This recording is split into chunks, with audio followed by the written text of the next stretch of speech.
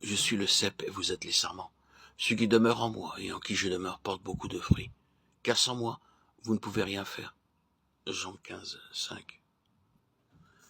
Ne confondez pas le travail et les fruits. Il peut y avoir un travail important accompli pour Christ, sans que ce travail soit le fruit du divin cep. Ne recherchez pas uniquement le travail.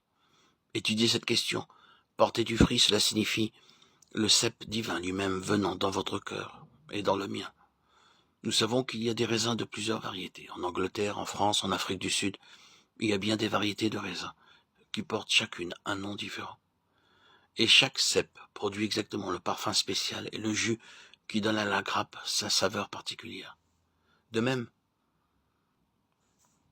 il y a dans le cœur de Jésus-Christ une vie, un amour, un esprit, une bénédiction et une puissance qui sont entièrement célestes et divins et qui viendront dans votre cœur. Demeurez étroitement unis au cep divin et dites: Seigneur Jésus, rien de moins que la sève qui coule à travers toi, rien de moins que l'esprit de ta vie divine. Seigneur Jésus, je t'en prie, que ton esprit se répande à travers moi, dans tout le travail que je fais pour toi. Je vous le répète, la sève du cep divin n'est autre chose que le Saint-Esprit. Le Saint-Esprit est la vie du divin cep. Et ce que vous devez obtenir de Christ, c'est une puissante effusion du Saint-Esprit. Vous en avez excessivement besoin, et c'est cela qu'il vous faut. Souvenez-vous-en. Ne comptez pas que Christ vous donnera un brin d'aide par ici, un brin de bénédiction par là, et un brin d'aide ailleurs. Comme le cep accomplit son travail en donnant sa sève, même au sarment. Ainsi, vous pouvez compter que Christ vous donnera son Saint-Esprit, et que vous porterez beaucoup de fruits. Et si vous avez seulement commencé à porter du fruit, et que vous écoutiez la parole du Christ dans la parabole, plus de fruits, beaucoup de fruits, rappelez-vous que pour que vous portiez plus de fruits, vous avez besoin simplement de demander à Jésus de prendre une plus grande place dans votre cœur et dans votre vie. Nous, serviteurs de Dieu, sommes en danger de nous laisser absorber par le travail. Le travail, le travail. Et nous prions pour ce travail.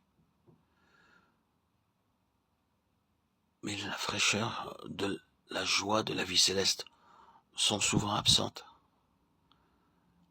La vigueur dont nous avons besoin, la force nécessaire dont nous avons besoin se dissolvent. Parce que nous ne sommes pas attachés au cep. Essayons de comprendre que la vie du sarment est une vie fructueuse, rafraîchissante, régénératrice, parce que cette vie est enracinée en Christ, le cep vivant, le cep divin. Soyons, dans tout ce que nous faisons, dépendants, soumis et obéissants à la volonté de Dieu. Même lorsque nous devons faire des choix, soyons toujours en prière et en attente de la réponse. Le Saint-Esprit nous révélera